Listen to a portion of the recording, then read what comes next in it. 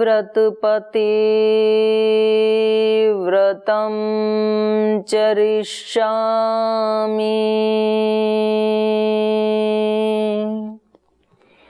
तच्छकेयं तन्मे राध्यताम्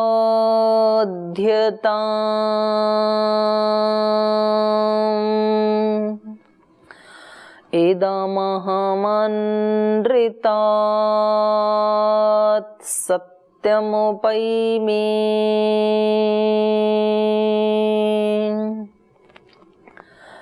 ॐ असतो मा सद्गमय तमसो मा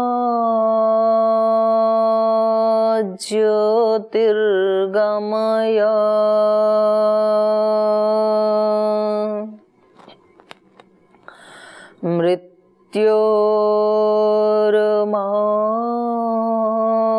मृत्योर्मामृतं गमय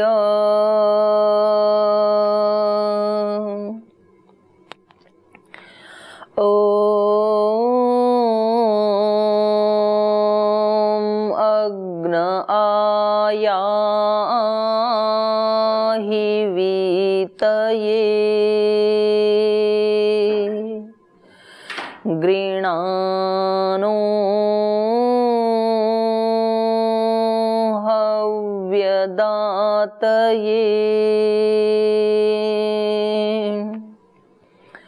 निहोता सत्सिबर्हिषि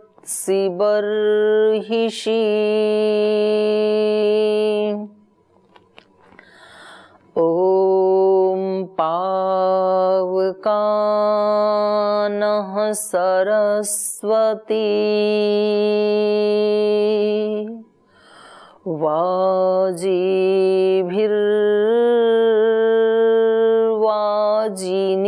वाजिनीवती यज्ञं वष्टु धिया वसु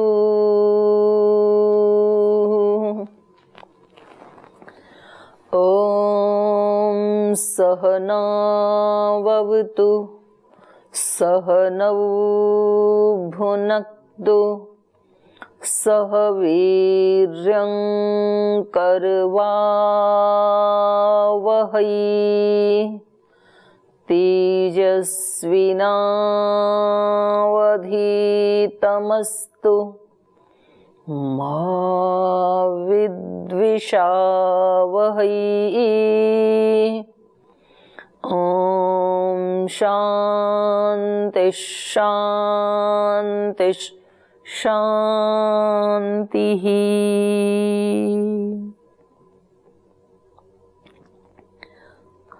ओम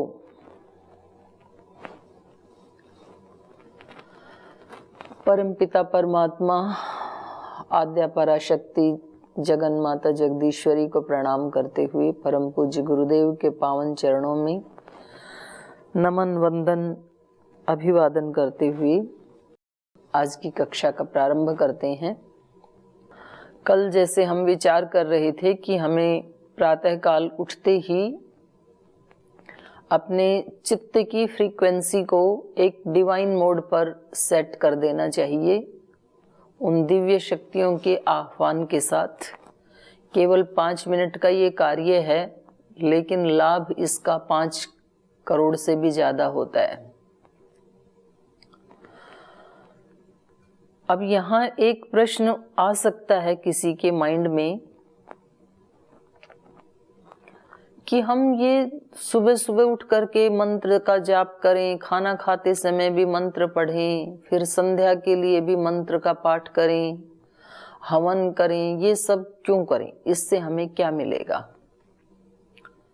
क्योंकि जब व्यक्ति को कुछ परिणाम मिलता है तो उसकी श्रद्धा बनती है। महाभाष्य में आता है कि बिना प्रयोजन के मंदोपि न प्रवर्तते, माने कोई मूर्ख व्यक्ति भी किसी कार्य में प्रवृत्त नहीं होता है, तो समझदार तो बिल्कुल ही नहीं होगा। कोई व्यक्ति ये प्रश्न कर सकता है, जी मैं यदि ड्यूटी पे जाता हूँ, मेहनत मजदूरी करता हूँ तो उसके बदले में मुझे धन मिलता है, स्कूल कॉलेज में जाके मेहनत करता हूँ तो उसके बदले में नॉलेज मिलती है, फिर उसके बदले में मुझे नौकरी मिलती है, तो इसके बदले में क्या मिलेगा? तो सुबह सुबह मंत्र पाठ करने से या धर्म का आचरण करने से या ऋषियों की तरह आचरण करने से कोई धन नहीं मिलेगा, कोई सोना चांदी हीरा मोती भी नहीं मिलेगा। तो फिर हम क्यों करें ऐसा आचरण? ऋषियों जैसा आचरण हम क्यों करें? मिलेगा क्या? तो ये हमें जानना होगा कि देखो, हमारे पास एक शरीर की शक्ति है, एक मन की शक्ति है, एक आत्मा की शक्ति है। ठीक है, धन से आप शरीर की आवश्यकताओं को पूरा कर सकते हैं और शरीर से धन की आवश्यकता भी पूरी की जा सकती है। शरीर से व्यक्ति मेहनत करे, मजदूरी करे, पुरुषार्थ करे तो धन तो मिल जाएगा, लेकिन उसको आत्मा की शक्ति या दृष्टि मिल जाए ये तो जरूरी नहीं है। तो दो प्रकार की उपलब्धियां होती हैं, एक भौतिक उपलब्धि होती है और एक तो अभौतिक उपलब्धि होती है। तो धर्म का आचरण करने से हमें धन नहीं मिलेगा, सत्य का आचरण करने से, धर्म का आचरण करने से धन नहीं मिलेगा, हीरे मोती नहीं मिलेंगे, कोई जॉब नहीं मिलेगी, अच्छे अच्छे खाने के लिए पकवान नहीं मिलेंगे, लेकिन अंदर की दृष्टि मिलेगी। अंदर की दृष्टि क्या होती है?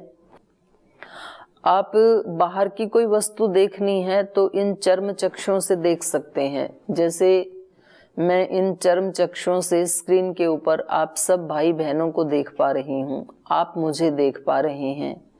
आपकी इन चर्म चक्षुओं से जिस स्थान पे आप बैठे हैं, आपके घर में, उस घर की सब वस्तुएं आपको दिखाई देती हैं। लेकिन जब आप सुबह उठे तो सबसे पहला आपका क्या विचार था और क्या भाव था, ये इन चर्म चक्षुओं से नहीं दिखेगा। फिर उसके 10 मिनट के बाद कौन सा भाव चेंज हुआ, कौन सा भाव आया, वो भी इन चर्म चक्षुओं से नहीं दिखेगा। फिर 1 घंटे के बाद कौन सा भाव आया, वो भी नहीं दिखेगा।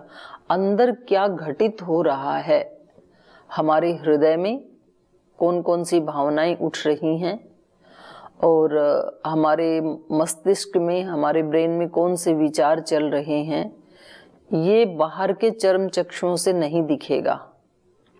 और जो हमारे अंदर घटित हो रहा है उसका प्रभाव हमारे बाह्य जीवन के ऊपर भी पड़ता है।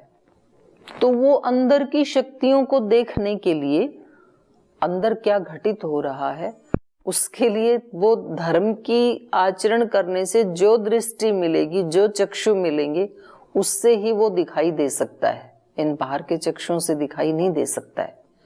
और उसको देखेंगे तो महान लाभ हो सकता है इस जीवन का, और नहीं देखेंगे तो महान हानि हो सकती है इस जीवन की।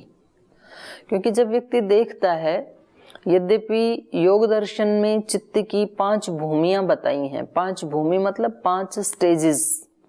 हमारे चित्त की कौन कौन सी स्टेजेस होती हैं, वो व्यक्ति को तभी दिखाई देगा जब वो ऋषियों जैसा आचरण करेगा, योग का आचरण करेगा, धर्म का आचरण करेगा, तभी उसको ये चीजें दिखाई देंगी। तो वहां पर योग दर्शन के प्रथम सूत्र में ही चित्त की 5 भूमियां बताई हैं। भूमि का मतलब है स्थिति, स्टेजेस, मूढ़, क्षिप्त, विक्षिप्त, एकाग्र और निरुद्ध। फिर उनको 5 को यदि और थोड़ा 2 भागों में बांटा जाए तो 2 स्थिति आप मान सकते हैं, एक चंचलता की चित्त की स्थिति और एक एकाग्रता की स्थिति। तो मैं ये बता रही थी कि देखो, जब चित्त हमारा चंचल होता है ना, उसी को कहा है विक्षिप्त अवस्था। तो उसमें अंदर क्या चल रहा है वो बिल्कुल दिखाई नहीं देता है व्यक्ति को, और वो ही विक्षिप्त अवस्था बढ़ते बढ़ते जब एक्सट्रीम पे पहुंच जाती है तो उसी का नाम है स्ट्रेस, उसी का नाम है तनाव। वो एक माइंड की ऐसी स्थिति हो जाती है कि व्यक्ति को कुछ समझ में नहीं आता है, क्योंकि उसका माइंड उसका चित्त इतनी तीव्रता से चल रहा होता है उस समय कि उसको कुछ अपने बारे में पता ही नहीं चलता है कि मैं कौन हूं, कैसा हूं, क्या मेरी शक्तियां हैं, ये करने से मुझे क्या होगा, इसको स्थिर करने से क्या परिणाम आएगा, ये सब सोचने का भी अवकाश उसको नहीं होता है। और दूसरी व्यक्ति की स्थिति है एकाग्र अवस्था, जब उसका चित्त शांत होता है और वो अपने अंदर की भावनाओं को, अपने विचारों को देखने का प्रयास करता है और देखता है, तो देखने मात्र से चित्त की वृत्तियां रुक जाती हैं। इसी को ही शास्त्रों में कहा है दृष्टा भाव, इसी को ही कहा है, यदि हम जैन दर्शन की बात करें तो प्रेक्षा ध्यान, यदि बौद्ध दर्शन की बात करें तो विपश्यना ध्यान, ये इसी का नाम है। उस चित्त को देखने मात्र से, जैसे इसको एक एग्जाम्पल से आप समझ सकते हैं कि कोई आपका अबोध बालक किसी दिन किचन में चला जाए या आपके रूम में चला जाए, तो वो वहां जाकर के वस्तुओं को इधर से उठा के इधर डालना, इधर से इधर डालना, पूरा एक तहस नहस करने की कोशिश करता है, सब चीजों को बिखेर डालता है। और उसी समय आप ऐसे खड़े हो जाते हैं दरवाजे पर जाकर के, बोलते कुछ भी नहीं है, बस उसकी हर एक्टिविटी को देखते हैं और मुस्कुराते हैं शांत भाव से ही। और जब उसकी दृष्टि आपके ऊपर पड़ती है कि भाई ये तो माँ तो मुझे देख रही है, तो वो उसी समय चुप, मतलब शांत हो जाता है, तोड़फोड़ करना बंद कर देता है फिर एकदम से। तो ऐसा ही छोटा बच्चा ये हमारा मन है, जैसे ही हम इसको देखने लग जाते हैं बस शांत होकर के, उसी समय ये स्थिर हो जाता है। तो ये जो देखने की शक्ति है, ये धर्म का आचरण करने से मिलती है, ये मेरा कहने का अभिप्राय था। ये ऋषियों जैसी दिनचर्या लाइफस्टाइल बनाने से ये देखने की शक्ति मिल जाती है, कब मेरे को क्रोध आ रहा है, कब मेरे अंदर कोई कामना उठ रही है, कब लोभ आ रहा है, कब मोह की वृत्ति उठ रही है, कब प्रसन्नता की वृत्ति उठ रही है, कब उदासी की वृत्ति उठ रही है, कब घृणा की उठ रही है, कब प्रीति की वृत्ति उठ रही है। एक दिन की बात छोड़ो, एक क्षण में भी बहुत सारे परिवर्तन हो रहे हैं, हमारे शरीर में भी, हमारे चित्त में भी और हमारे हृदय की भावनाओं में भी बहुत स्पीडली परिवर्तन हो रहे हैं। साइंस की बात माने, साइंस अब यहां तक पहुंच गई कि एक सेल में 1 मिनट में 1,40,000 रिएक्शन होते हैं, हार्मोन्स निकलते हैं, वो केमिकल रिएक्शन होता है, रासायनिक परिवर्तन होता है। और ऐसे आप अपने चित्त को जब देखेंगे ना, तो सुबह उठते ही, बिल्कुल उठते ही कोई एक विचार आया और आप देखेंगे उसके अगले ही 2-3 मिनट के बाद कोई दूसरा, तीसरा। हमारे भाव बदलते रहते हैं और बहुत तेजी से बदलते हैं। आप अभी जब मंत्र का उच्चारण कर रहे थे, मैं अपने चित्त की बात कह रही हूं, जब मैं मंत्र का उच्चारण कर रही होती हूं तो मैं देखती हूं मंत्र का उच्चारण करते करते भी कभी कभी कोई दूसरा तीसरा भाव विचार आता है, फिर चला जाता है, फिर मंत्र के ऊपर चित्त आता है, फिर कोई दूसरा भाव, कोई विचार, इतना स्पीडली चेंज होते हैं कि ये दिखाई भी नहीं देते। व्यक्ति को तो लगता है मैं केवल मंत्र बोल रहा हूँ, व्यक्ति को लग रहा है मैं केवल स्नान कर रहा हूँ या कर रही हूँ, मैं केवल खाना खा रहा हूँ, लेकिन केवल खाना नहीं खाते, केवल स्नान नहीं करते। तो इसको देखने की जो दृष्टि है वो ये धर्म का आचरण करने से हमें प्राप्त होती है। तो सुबह सुबह उठते ही, जैसे मैंने कल बताया था, आज फिर एक बार मंत्रों का उच्चारण हम कर लेते हैं कि उनसे हमारे माइंड में, बॉडी में, चित्त में कौन कौन से रासायनिक परिवर्तन होते हैं, भावनात्मक परिवर्तन होते हैं, फिजिकल परिवर्तन होते हैं, ये घटित होते हुए हमें देखना है।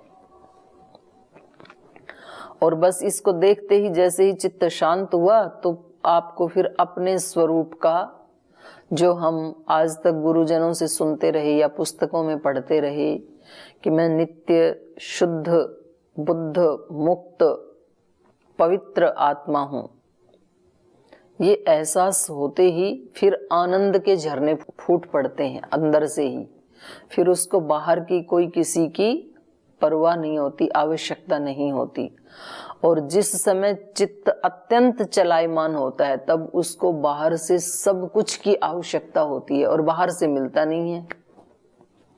तो फिर हमारे अंदर जो अमृत के झरने, नदियां बहनी चाहिए थी, वहां पर विष के झरने फूटने लग जाते हैं। अंदर से भी बेचैनी, अंदर से भी मन नहीं लगता है, और बाहर से जो चाहते हैं वैसा नहीं मिलता है, उतना नहीं मिलता है।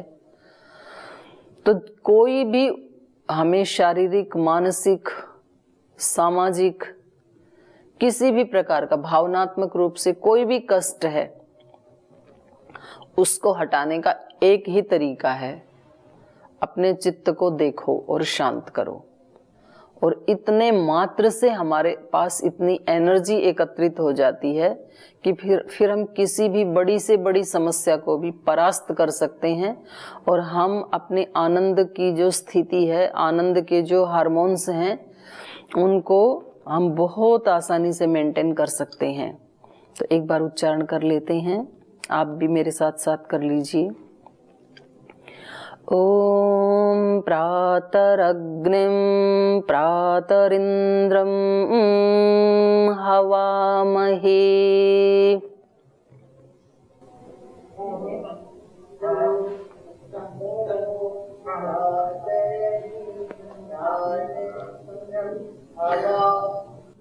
शायद थोड़ा सा बड़ा हो गया, छोटा छोटा करके बोलिए और एक साथ ही बोलिए आप, है ना। ओम प्रातरग्निं प्रातरिंद्रं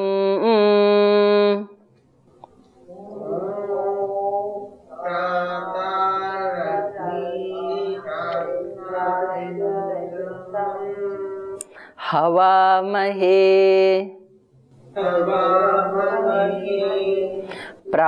प्रातर्मित्रा वरुणा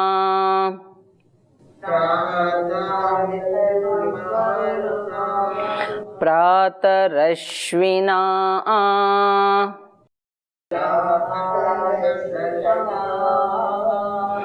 प्रातर्भगम्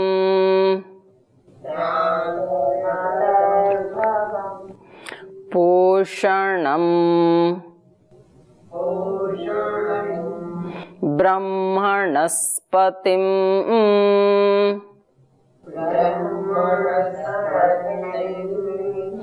प्रातः सोम मुत रुद्रं हुवेम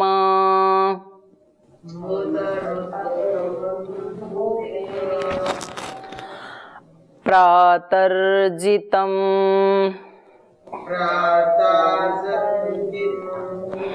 भगमुग्रं हुवेम वयं पुत्रमदितेर्यो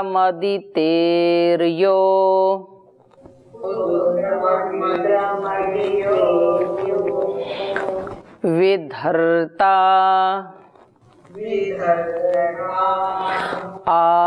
आध्रश्चिद्यम् मन्यमानस् तुरश्चिद्राजा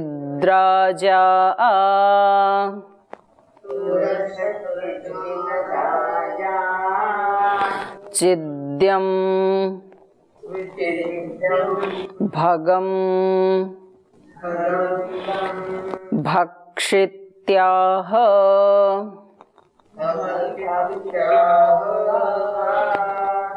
भक्षित्याह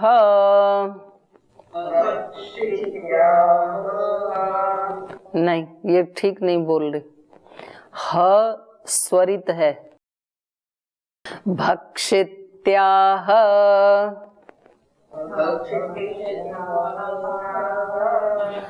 भग प्रणेतर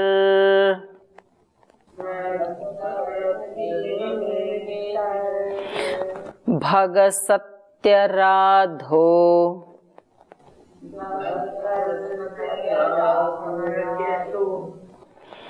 भग सत्यराधो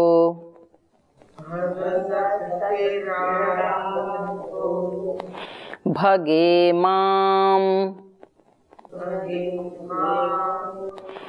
धियमुदवा ददन्नः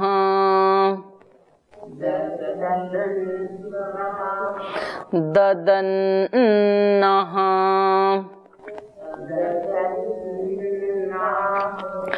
भग प्रणो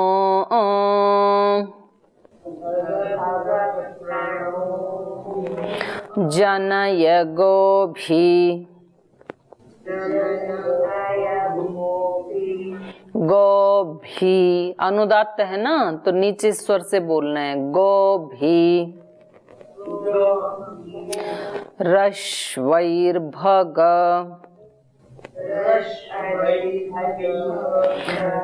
प्रनृभिनृवन्तस्याम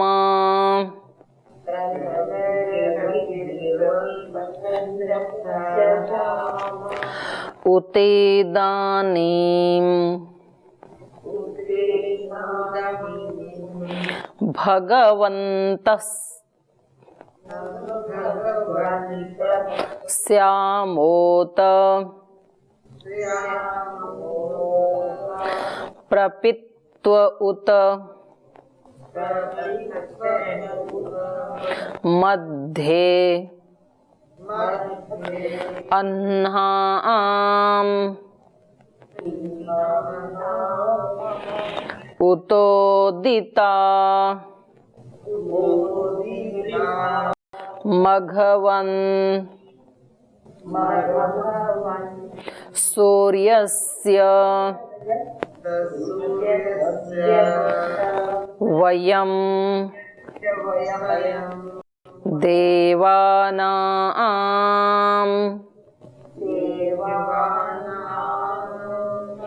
सुमतौ स्याम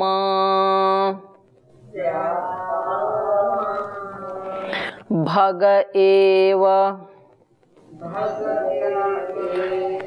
भगवान् अस्तु देवास्तेन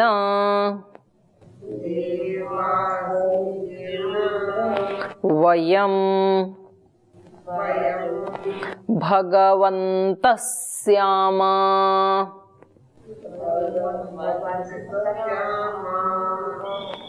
तन्त्वा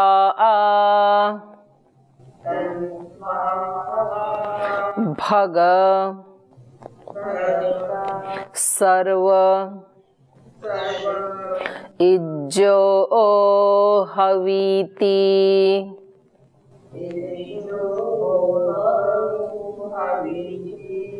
सनो भग पुर एता भवेह। अब आप केवल सुनना, अभी मैं बोलती हूँ, है ना, और आप अपनी पुस्तक में देखते जाइए।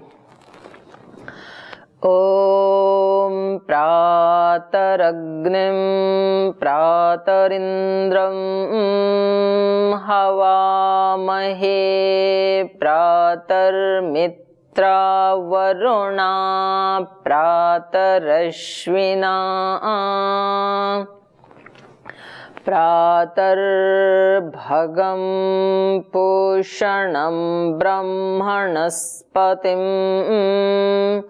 प्रातः सोममुत रुद्रं हुवेम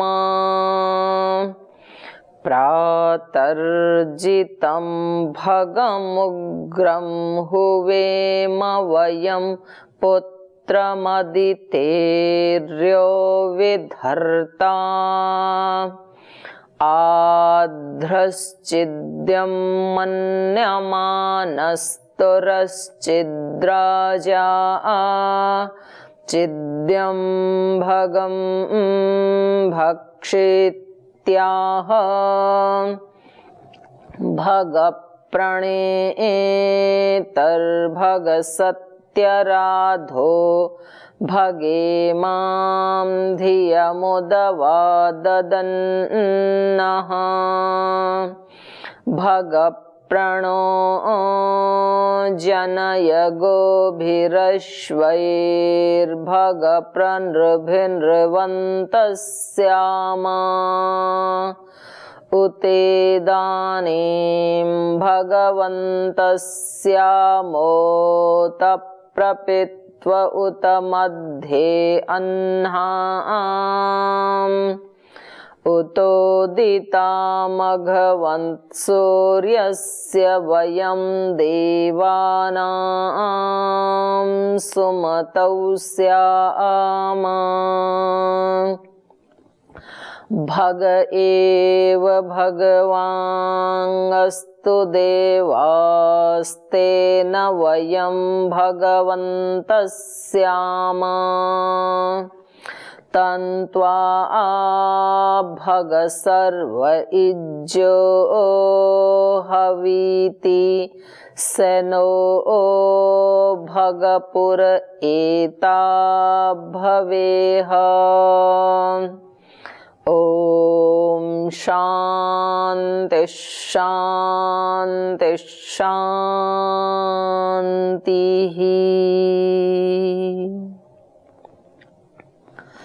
तो ऐसे सुबह सुबह उठ करके 2-3 मिनट में इनका उच्चारण हो जाता है। और बहनें तो वैसे भी जैसे गीत भजन आदि याद करने में एक्सपर्ट होती हैं, तो आपको वैसे समझ में ना आए तो गीत की तरह से रट लेना।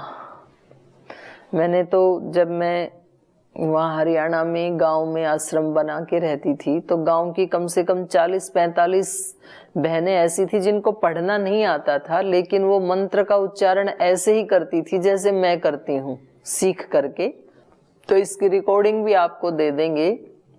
अब इसका अर्थ क्या है, क्योंकि हमें अर्थ मालूम हो तभी तो भावना बनेगी उसके साथ हमारी। इसका अर्थ बहुत ऊंचा है। मैं इस 5 मंत्रों का अर्थ, इसका सारांश आपको हिंदी में भी बताऊंगी। आप वो हिंदी में भी गा सकते हैं, क्योंकि मूल बात तो भाव की है।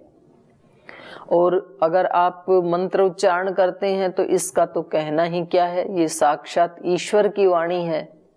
और भगवान ने इसका हमें निर्देश किया है कि आप सुबह सुबह उठ करके ना अपनी चेतना को मेरे साथ लगाना।